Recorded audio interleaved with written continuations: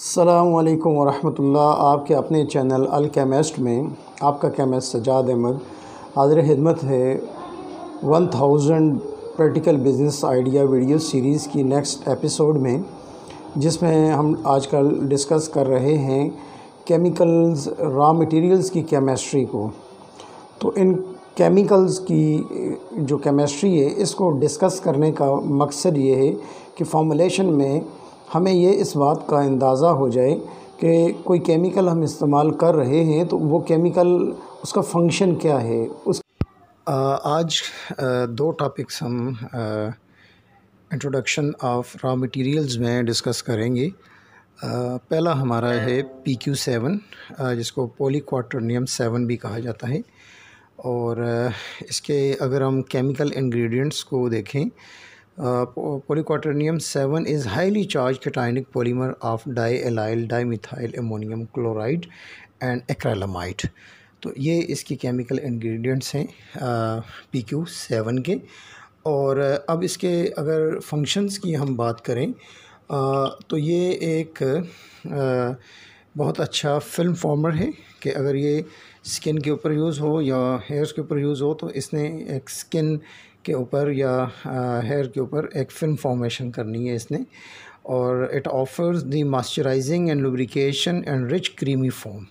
इससे फोम भी क्रिएट होगी, क्रीमी किस्म की लुब्रिकेशन स्किन को, यानी कि वो प्रोडक्ट जो हम इस्तेमाल कर सकते हैं उसके लिए, स्किन की केयर के लिए या उसके अपना शैम्पूज़ के अंदर, उसमें ये इसका हम यूज़ देखते हैं, वाइडली यूज़ इसको हम देखते हैं। और it helps in holding curls without फ्लैकिंग के कुछ लोग जैसे बालों की ट्रीटमेंट करवाते हैं, रिबाउंडिंग वगैरह, और वो कर्ली हेयर्स को रिटेन करना चाहते हैं तो उस ट्रीटमेंट में भी ये इस्तेमाल होगा। और स्किन के ऊपर भी यानी कि उसकी फ्लैक्स वगैरह बनने को ये जो है वो अवॉइड करेगा ये। It improves the compatibility and provide the clarity in anionic surfactant system। बहुत से एनाइनिक सरफेक्टेंट्स जो इस्तेमाल होते हैं उसके अंदर ये उनके साथ इसकी बहुत अच्छी compatibility है। तो एनाइनिक कस्टमर्स का भी इंशाल्लाह इसमें वीडियो हम देख लेंगे कि जो सरफेक्टेंट्स हैं वो कितनी किस्म के हैं। तो नॉर्मली जो एनाइनिक कस्टमर जो सरफेक्टेंट्स हैं, जैसे कोकोमाइड, इथेनोल अमाइन, और जिसको कोकोमाइड MEA भी कहा जाता है, ऐसे कोकोमाइड DEA डाई इथेनोल अमाइन जो है, और फैटी अल्कोहल्स, एथोक्सिलेट्स या एमाइन ऑक्साइड्स या सल्फोक्साइड्स, ये जो series of group of surfactants हैं उनके साथ इसकी बहुत अच्छी कंपैटिबिलिटी है। और इसकी प्रॉपर्टीज़ को जब तक जहाँ तक हम देखें तो इसकी appearance colourless, transparent, thick liquid है, जैसे ये हमें इसकी तस्वीर में भी शो हो रहा है। और सॉलिड कंटेंट इसका 10% है, और pH वैल्यू इसकी 1% एक्वा सॉल्यूशन अगर हम इसका बनाएं तो ये 5 to 8 इसकी pH है। विस्कोसिटी हाईली विस्कस है, और 25 डिग्री C पे इसकी 8000 से 15000 सेंटीपास पर सेकंड जो है वो इसकी विस्कोसिटी है। और एप्लीकेशन जो है वो शैम्पूज़ में, शैम्पू क्रीम्स में, शावर जेल्स में, शेविंग क्रीम्स में, मॉइस्चराइज़र, डिओड्रेंट वगैरह में इस्तेमाल होते हैं। और इसकी हेयर केयर में इसका डोजेज यूज़ जो है 1 to 3% है। आपने जो भी अपनी फॉर्मुलेशन सेट करनी है उसमें PQ7 को 1 to 3% आपने रखना है। स्किन केयर में आपने इसको 1 to 5% रखना है। सेकंड टॉपिक जो आज हमारी इंट्रोडक्शन ऑफ रॉ मटेरियल में है वो ZP11 है। और बहुत से दोस्त जानते हैं शैम्पूज़ में इस्तेमाल होता है, और स्किन केयर प्रोडक्ट्स के अंदर भी इसका इस्तेमाल है। ZP11 बेसिकली इसका केमिकल नेम जो है वो जिंक पायरीथियोन है। और इसको केमिकली जो अगर हम समझने की कोशिश करें तो ये एक कोऑर्डिनेशन कॉम्प्लेक्स ऑफ जिंक है, जैसे स्ट्रक्चर फार्मूला में भी शो हो रहा है कि जिंक इसका सेंट्रल मेटल एटम है, और उसके साथ दो रिंग्स जो हैं एरोमेटिक रिंग्स इसके साथ लगे हुए हैं।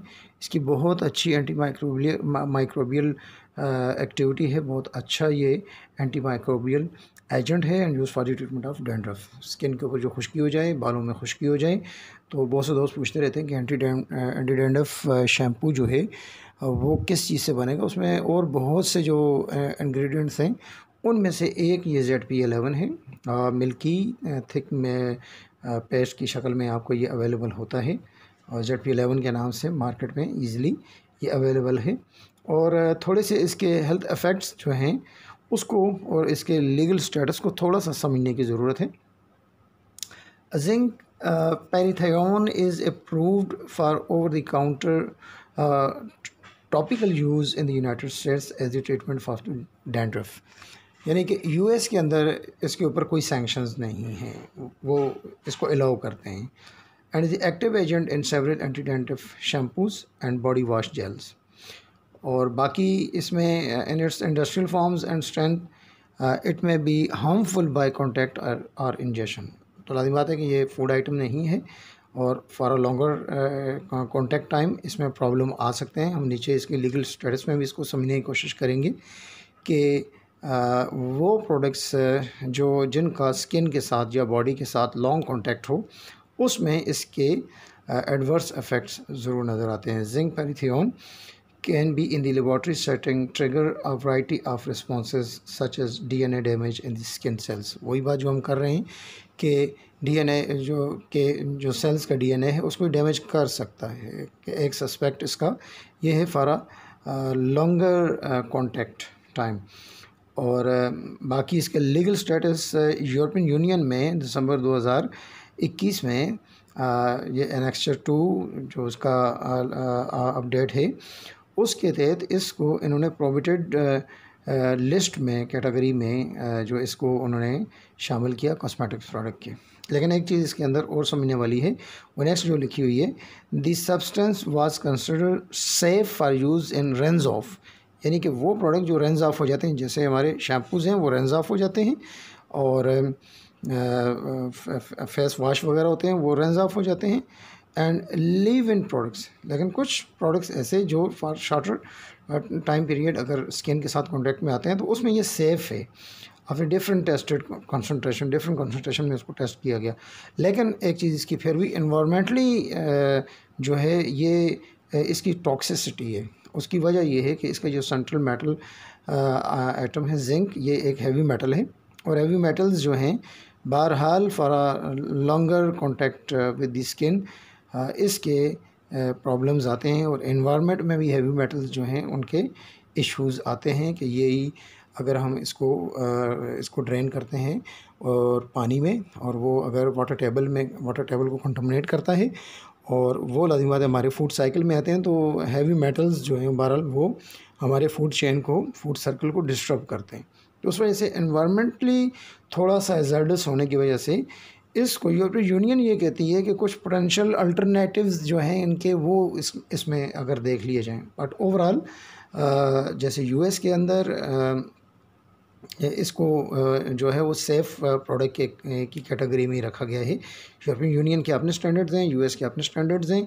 तो उसके बीच में रहते हुए अगर हम इसको लिमिटेड यूज़ कर लें, लाज़िम बात है डैंड्रफ जो है वो कोई ऐसा फॉर लॉन्ग लास्टिंग इशू नहीं है। अगर अच्छी ट्रीटमेंट अच्छे शैम्पूज़ के साथ आप यूज़ करते हैं तो आपको life long anti dandruff shampoos use नहीं करने होते, वो फॉर अ लिमिटेड टाइम आपको यूज़ करने होते हैं।